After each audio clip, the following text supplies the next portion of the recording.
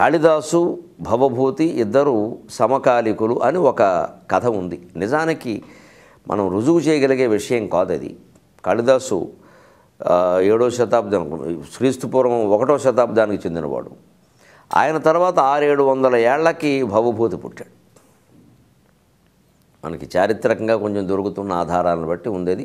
అయితే ఇవి అంత ఖచ్చితంగా చెప్పగలిగిన కావు. ఈ కవుల విషయంలో సరైన ఆధారాలు వాళ్ళెవరు, వాళ్ళ పుట్టినరోజులు, వాళ్ళు జీవిత విశేషాలని రాసిన వాళ్ళు కాదు. వాళ్ళ కావ్యాలు రాసి ఊరుకున్నారు. అందువల్ల సరే ఈ కథను కూడా మనం ఊరికి చారిత్రక పరిణామం కోసం కాకుండా చమత్కారం కోసం తీసుకున్నాం. దాంట్లో తప్పే ఉంది. అంతే ఒక పెద్ద కవి ఆ కాలంలో ఉన్నప్పుడు మిగిలిన కవులు సహజంగా ఎంత గొప్పవాళ్ళైనా సరే, ఎంత పెద్దవాళ్ళైనా సరే, ఎంత శక్తి సామర్థ్యాలు ఉన్నా ఆయన నా కావ్యాన్ని మెచ్చుకోవాలి.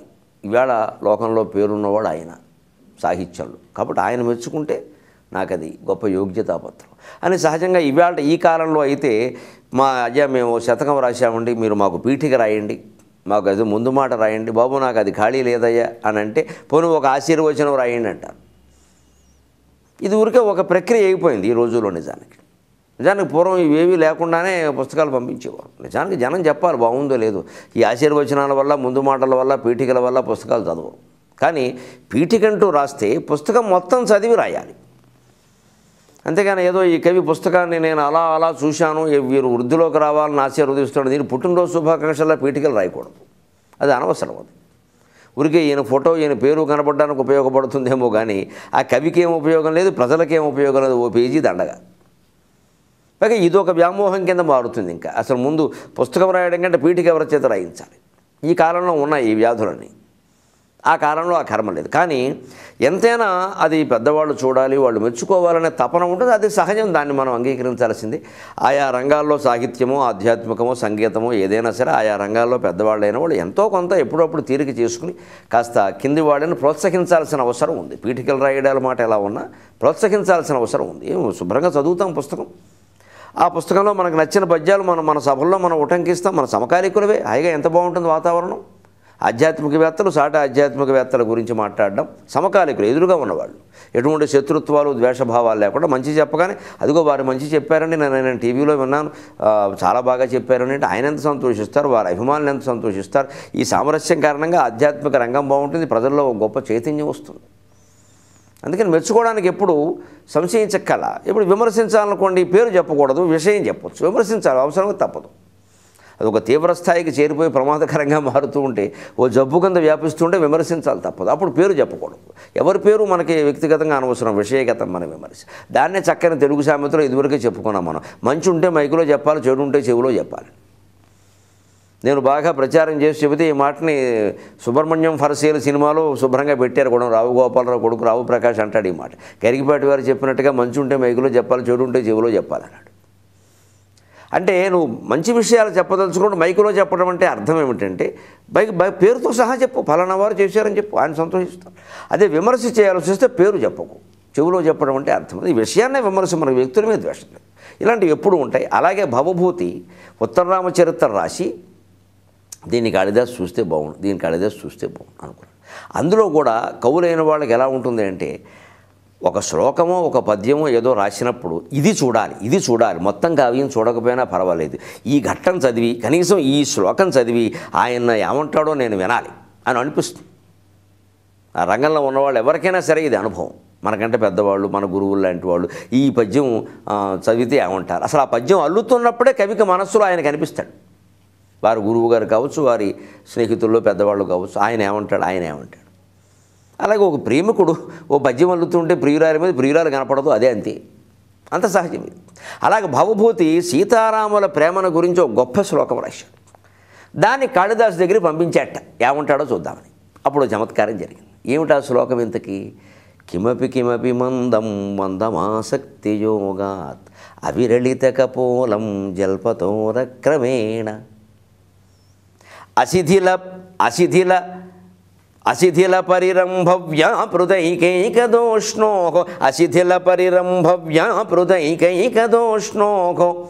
అవిదితగతయామా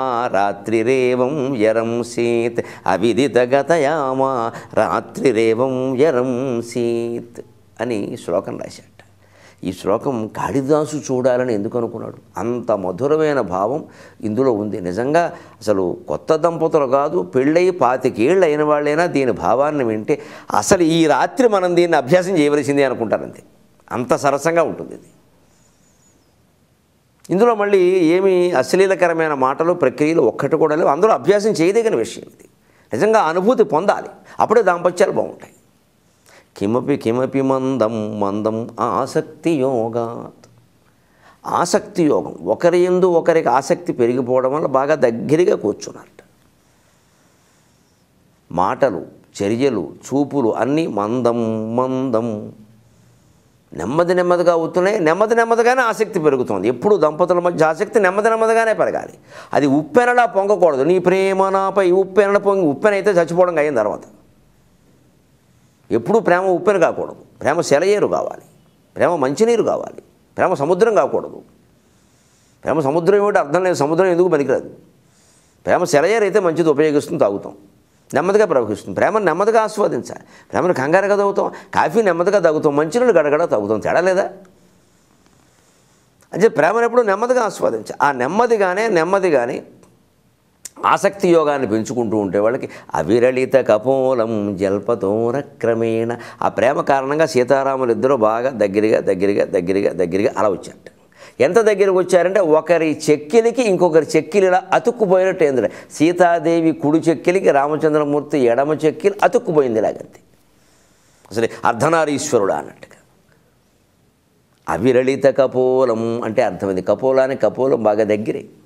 జల్పతో అక్రమేణ, అప్పుడు ఏదో అక్రమం అనుకోకుండా, అక్రమం అంటే అర్థం జల్పత, ఏవో మాట్లాడుకుంటున్నట్ట ప్రేమ మైకంలో.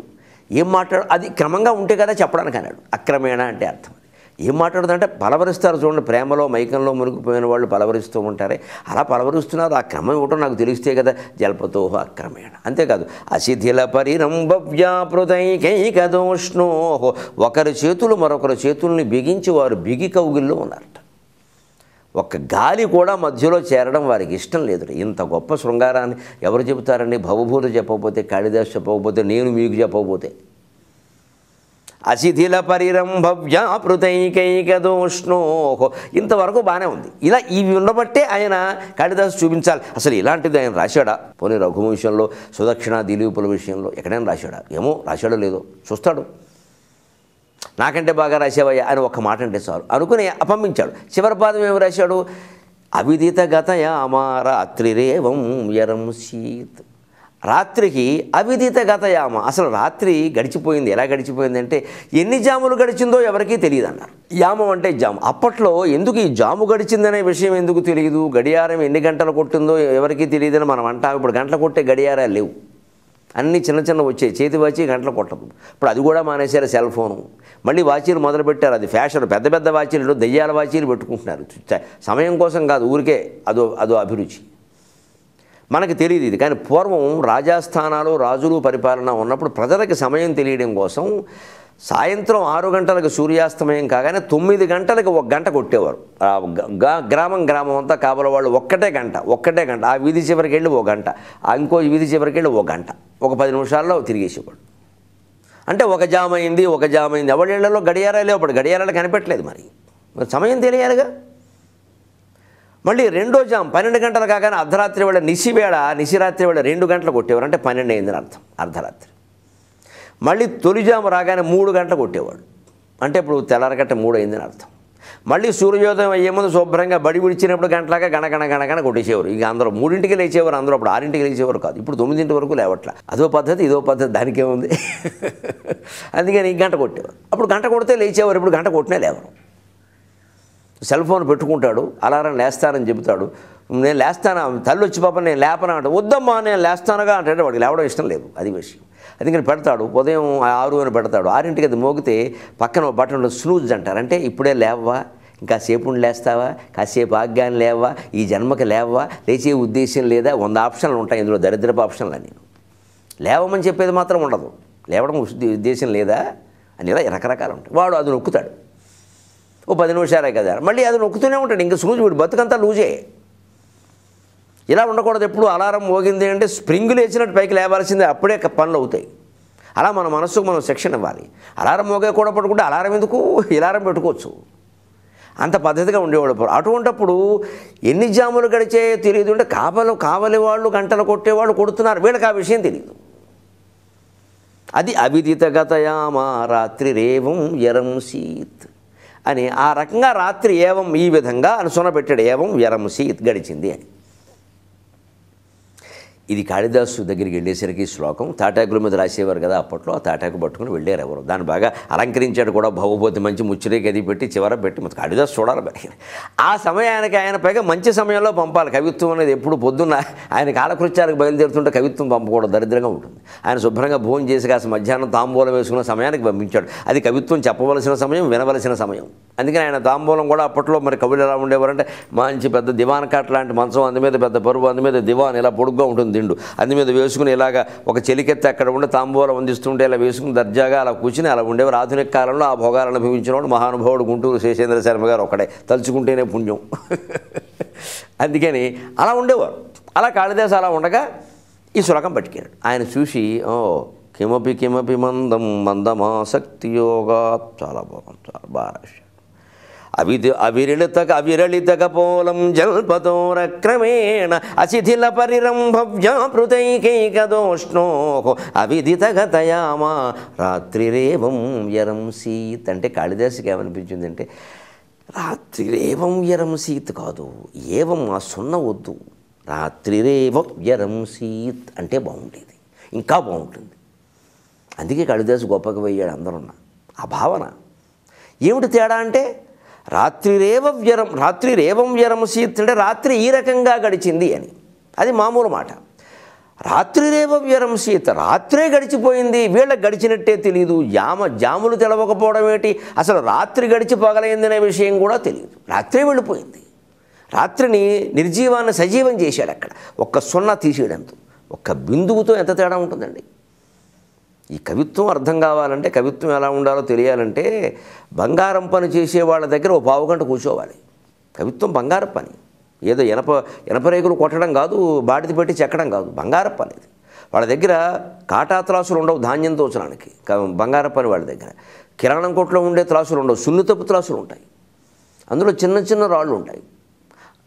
ఒక్కోసారి గులాబీ రేకు పెట్టి తూచేవారు పూర్వం. గులాబీ రేకులు మరి అంత సున్నితంగా ఉంటుంది బంగారం, అంత చిన్నదానికి విలువ ఉంటుంది.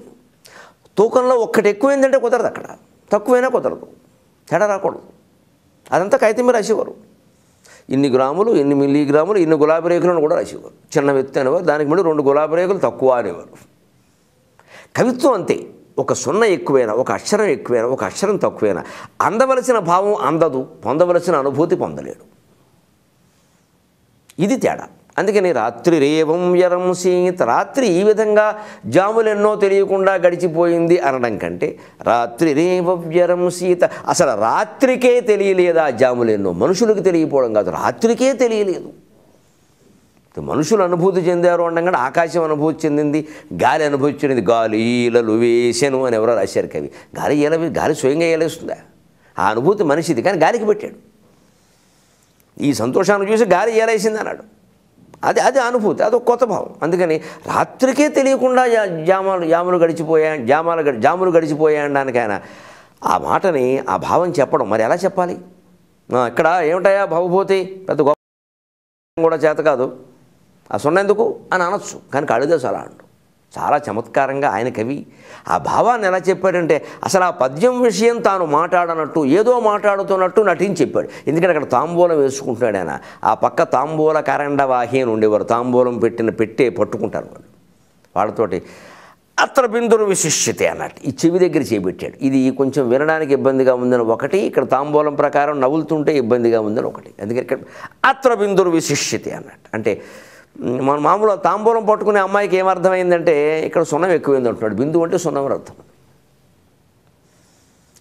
సున్నం ఎక్కువైంది కొంచెం. ఇక్కడ సున్నం తమలపాకుల్లో ఎప్పుడు రాయాలి, ఎంత రాయాలి, పండడానికి వీలుగా రాయాలి. ఎక్కువ రాస్తే పొక్కిపోతుంది, తక్కువ రాస్తే పండదు.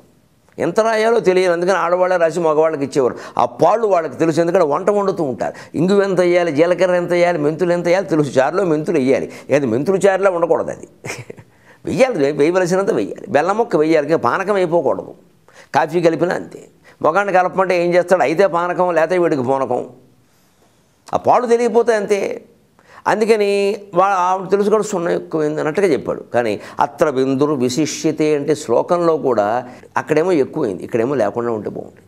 పైగా తెలుగు మాటకు ప్రకారం సున్నం ఎక్కువైందని అంటుంటే ఆమె సరిగ్గా వినకపోతే సున్నం ఎక్కువైందని కూడా వినపడుతుంది. మకారమేక తేడా. అంచేత ఒక్క సున్న తీసేసి ఉంటే బాగుండు, సరిపోయేది.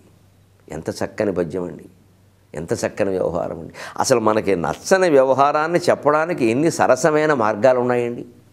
ఎంత చమత్కారంగా చెప్పొచ్చునండి. ఏమన్నా అంటే కూడా నేను నిన్ను అనలేదు, అదేదో అన్నాను నేను అని చెప్పి హాయిగా తప్పించుకొచ్చే, ఇబ్బంది లేకుండా నిన్ను ఎందుకు అన్నానని. అదనమాట లెక్క. అందుకని అత్ర రాత్రిరేవం వ్యరంసీత్ అంటే రాత్రిరేవ వ్యరంసీత్ అన్నాడు. అక్కడి నుంచి భవభూతి ఉత్తరరామచరిత్రలో ఆ శ్లోకాన్ని ఇప్పుడైతే మీరు అచ్చు పుస్తకాలు చూస్తే రాత్రిరేవ వ్యరంసీత్ ఆచార్య బేతవోలు రామబ్రహ్మం గారి వ్యాఖ్యానంతో ఉత్తరరామచరిత్ర ప్రముఖ పుస్తక విక్రయ కేంద్రాల్లో దొరుకుతుంది. చక్కగా ఆసక్తి ఉన్నవాళ్ళు తీసుకుని చదవండి. చక్కగా అన్ని కాండలు కూడా ఆయన, అన్ని సర్గలు కూడా మొత్తం రాశారు ఆయన పూర్తిగా. అద్భుతమైన లోకంలోకి దంపతులను తీసుకెళ్ళిపోతాయి, అంత బాగా రాశారు ఆయన. అవి చదివే నేను చెబుతాను. అలాంటిది కాళిదాసు భవభూతుల మధ్యలో ఉండే ఒక అనుభవ ఘట్టం.